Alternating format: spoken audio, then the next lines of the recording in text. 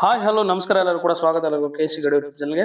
ಸರ್ಕಾರಿ ಕೆಲಸ ತಗೋಬೇಕನ್ನ ಆಕಾಂಕ್ಷಿಗಳಿಗೆ ಒಂದು ಭರ್ಜರಿ ಗುಡ್ ನ್ಯೂಸ್ ಇರುವಂತದ್ದು. 5 ಲಕ್ಷಕ್ಕೂ ಹೆಚ್ಚು ಸಂಬಳ ಸಿಗುವಂತಹ 180ಕ್ಕೂ ಹೆಚ್ಚು ಹುದ್ದೆಗಳು ಕನ್ಫರ್ಮ್ ಆಗ್ತಾ ಇರುವಂತದ್ದು. ಇದನ್ನ ಹಿಂದೆ ಅರ್ಜಿ ಸಲ್ಲಿಸಿ ಲಾಸ್ಟ್ ವರೆಗೂ ವೇಟ್ ಮಾಡಬೇಡಿ, ಯಾಕಂದ್ರೆ ರಸ್ ಆಗುವಂತ ಚಾನ್ಸಸ್ ಗಳಿರ್ತವೆ. ಸೊ ಈ ಒಂದು ಹುದ್ದೆಗೆ ಸಂಬಂಧಪಟ್ಟಂತೆ ಸಂಪೂರ್ಣವಾದ ಮಾಹಿತಿನ ನಾನು ವಿಡಿಯೋದಲ್ಲಿ ತಿಳಿಸ್ತೀನಿ. ಲಾಸ್ಟ್ ವರೆಗೂ ಈ ವಿಡಿಯೋ ಸಂಪೂರ್ಣವಾದ ಮಾಹಿತಿ ಕೂಡ ನಿಮಗೆ ಗೊತ್ತಾಗುತ್ತೆ.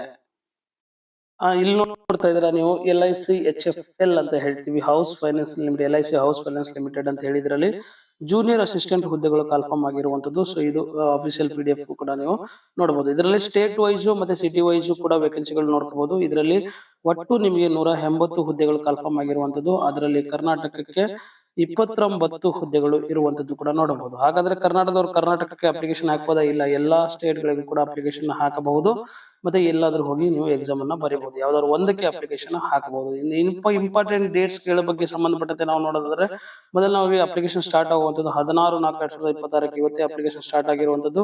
ಎಂಡ್ ಆಗುವಂತದ್ದು ನಿಮಗೆ 30/4/2026 ಎಂಡ್ ಆಗುತ್ತೆ. ಎಕ್ಸಾಮ್ ಬಂದು ಫಸ್ಟ್ ವೀಕ್ ಆಫ್ ಜೂನ್ ಅಂತ ಹೇಳ್ತೀವಿ.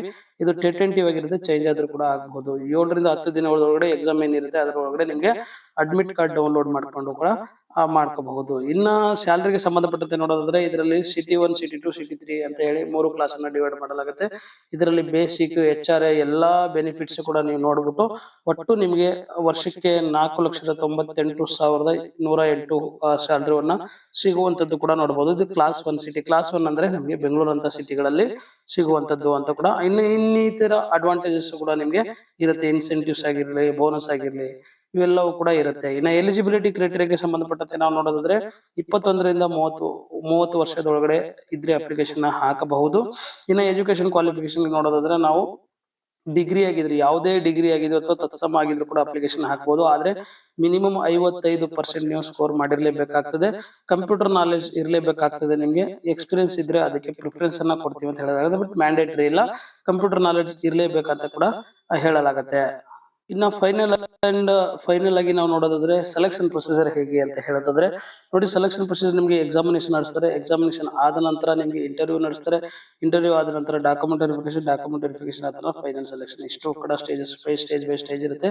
ಎಕ್ಸಾಮಿನೇಷನ್ ಎಲ್ಲಿ ಸ್ಕೋರ್ ಮಾಡ್ತಾರೆ ಅದ್ರ ಬೇಸ್ ಮೇಲೆ ಇಂಟರ್ವ್ಯೂ ಕರೀತಾರೆ. ಇಂಟರ್ವ್ಯೂ ಅಲ್ಲಿ ಮಿನಿಮಮ್ ಸ್ಕೋರ್ ಮಾಡಲೇಬೇಕಾಗುತ್ತೆ. ಸೊ ಮಿನಿಮಮ್ ಸ್ಕೋರ್ ಇದು ಕ್ವಾಲಿಫೈಯಿಂಗ್ ಆಗಿರುತ್ತೆ. ಈ ಮಿನಿಮಮ್ ಸ್ಕೋರ್ ಮಾಡಿದ್ಮೇಲೆ ಫೈನಲ್ ಲಿಸ್ಟ್ ಅನ್ನು ಅನೌನ್ಸ್ ಮಾಡ್ತಾರೆ. ಅದಾದ್ಮೇಲೆ ಡಾಕ್ಯುಮೆಂಟ್ ವೆರಿಫಿಕೇಶನ್, ಅದಾದ್ಮೇಲೆ ಫೈನಲ್ ಅಪಾಯಿಂಟ್ಮೆಂಟ್. ಹಾಗಾದ್ರೆ ಎಕ್ಸಾಮಿನೇಷನ್ ಅಲ್ಲಿ ಏನೇನು ಕೇಳಲಾಗುತ್ತೆ ಅಂತ ಹೇಳಿದ್ರೆ, ಒಟ್ಟು 200 ಮಾರ್ಕ್ಸ್ 200 ಕ್ವಶನ್ಸ್ ಗಳನ್ನು ಕೇಳಲಾಗುತ್ತೆ.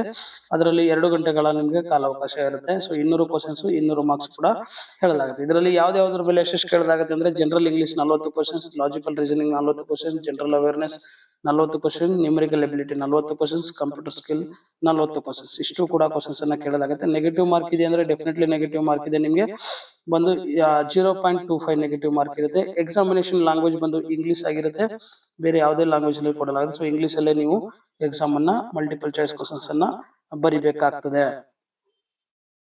ಇನ್ನು ಅಪ್ಲಿಕೇಶನ್ ಫೀಸ್ ಗೆ ಸಂಬಂಧಪಟ್ಟಂತೆ ನಾವು ನೋಡೋದಾದ್ರೆ, ಅಪ್ಲಿಕೇಶನ್ ಫೀಸ್ ನಿಮಗೆ 800 ರೂಪಾಯಿ ಪ್ಲಸ್ GST ಆಗಿರುತ್ತೆ. ಇನ್ನೊಂದು ಮಿಸ್ಟೇಕ್ ಏನಪ್ಪಾ ಅಂದ್ರೆ, ನಾನು ಫೈನಲ್ ಸೆಲೆಕ್ಷನ್ ಬಂದು ಎಕ್ಸಾಮಿನೇಷನ್ ಮೇಲೆ ಇಂಟರ್ವ್ಯೂ ಕ್ವಾಲಿಫೈಯಿಂಗ್ ನೇಚರ್ ಅಂತ ಹೇಳಿದ್ರೆ ಇದು ರಾಂಗ್ ಆಗಿರುತ್ತೆ. ಎಕ್ಸಾಮಿನೇಷನ್ ಪ್ಲಸ್ ಇಂಟರ್ವ್ಯೂ ಇವೆರಡನ್ನ ನಿಮಗೆ ಕಂಬೈನ್ ಮಾಡಿ ಫೈನಲ್ ಸೆಲೆಕ್ಷನ್ ಆಗಿರುತ್ತೆ.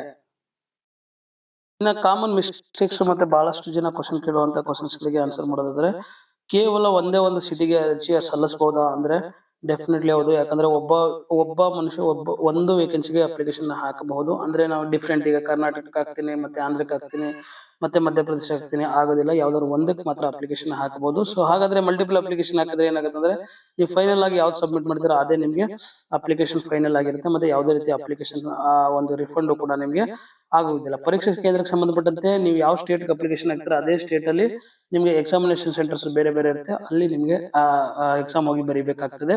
ಇನ್ನ ಕೆಲಸ ಬಂದು ನಿಮ್ಗೆ 6 ತಿಂಗಳು ನಿಮ್ಗೆ ಪ್ರೊಫೆಷನಲ್ ಪೀರಿಯಡ್ ಇದೆ. 6 ತಿಂಗಳಲ್ಲಿ ನಿಮ್ಗೆ ಇದು ಕೂಡ ಕಂಪನಿ ಕೂಡ ತೆಗೆದು ಹಾಕ್ಬೋದು. ಬಟ್ 6 ತಿಂಗಳಾದ ನಂತರ ನಿಮ್ಗೆ ಪರ್ಮನೆಂಟ್ ಅಂತ ಹೇಳಿ ಅಪಾಯಿಂಟ್ ಮಾಡ್ಕೊಳ್ಳೋದು. ಇದು ಎಲ್ಲಾ ಜಾಬ್ಗಳಲ್ಲೂ ಇರುತ್ತೆ.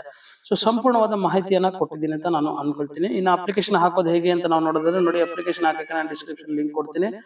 ಅಲ್ಲಿಂದ ಹೋಗಿ ಅಪ್ಲಿಕೇಶನ್ ಹಾಕ್ಬೋದು, ಅಥವಾ ಟೆಲಿಗ್ರಾಮ್ ಕೂಡ ಜಾಯಿನ್ ಆಗ್ಬೋದು. ಅಲ್ಲೂ ಕೂಡ ನಿಮಗೆ ಅಪ್ಲಿಕೇಶನ್ ಲಿಂಕ್ ಮತ್ತೆ ಸಂಪೂರ್ಣವಾದ ಮಾಹಿತಿ ಇದೆ. ಏನಾದರೂ ಡೌಟ್ಸ್ ಇದೆ ಕಾಮೆಂಟ್ ಬಾಕ್ಸ್ ಅಲ್ಲಿ ಕಾಮೆಂಟ್ ಮಾಡಿ, ಅಥವಾ ವಾಟ್ಸ್ಆಪ್ ಟೆಲಿಗ್ರಾಮ್ ಮುಖಾಂತರ ನೀವು ಯಾವುದೇ ರೀತಿ ಕ್ವಶನ್ಸ್ ಕೇಳಿದ್ರು ಡೆಫಿನೆಟ್ಲಿ ನಾನು ವಿತಿನ್ 24 ಅವರ್ಸ್ ಆಗಲಿ ಅಥವಾ ವಿತಿನ್ 2-3 ಅವರ್ಸ್ ಅಲ್ಲೂ ಕೂಡ ನಾನು ಆನ್ಸರ್ ಮಾಡ್ತೀನಿ, ಯಾವಾಗ ಫ್ರೀ ಸಿಗುತ್ತೆ ಅವತ್ತು. ಇದು ಮಿಸ್ ಮಾಡ್ದೇನೆ ಈ ಒಂದು ವಿಡಿಯೋ ಉಪಯುಕ್ತ ಅನ್ಸಿದ್ರೆ ನಿಮ್ಮ ಎಲ್ಲಾ ಸ್ನೇಹಿತರಿಗೂ ಶೇರ್ ಮಾಡಿ ಅಂತ ಹೇಳ್ತಾ ಇವತ್ತಿನ ವಿಡಿಯೋನ ಮುಗಿಸ್ತಾ ಇದ್ದೀನಿ. ಮತ್ತೆ ಸಿಗೋಣ ಹೊಸ ವಿಡಿಯೋ ಜೊತೆಗೆ. ಅಲ್ಲಿವರೆಗೂ ಬಾಯ್ ಬಾಯ್.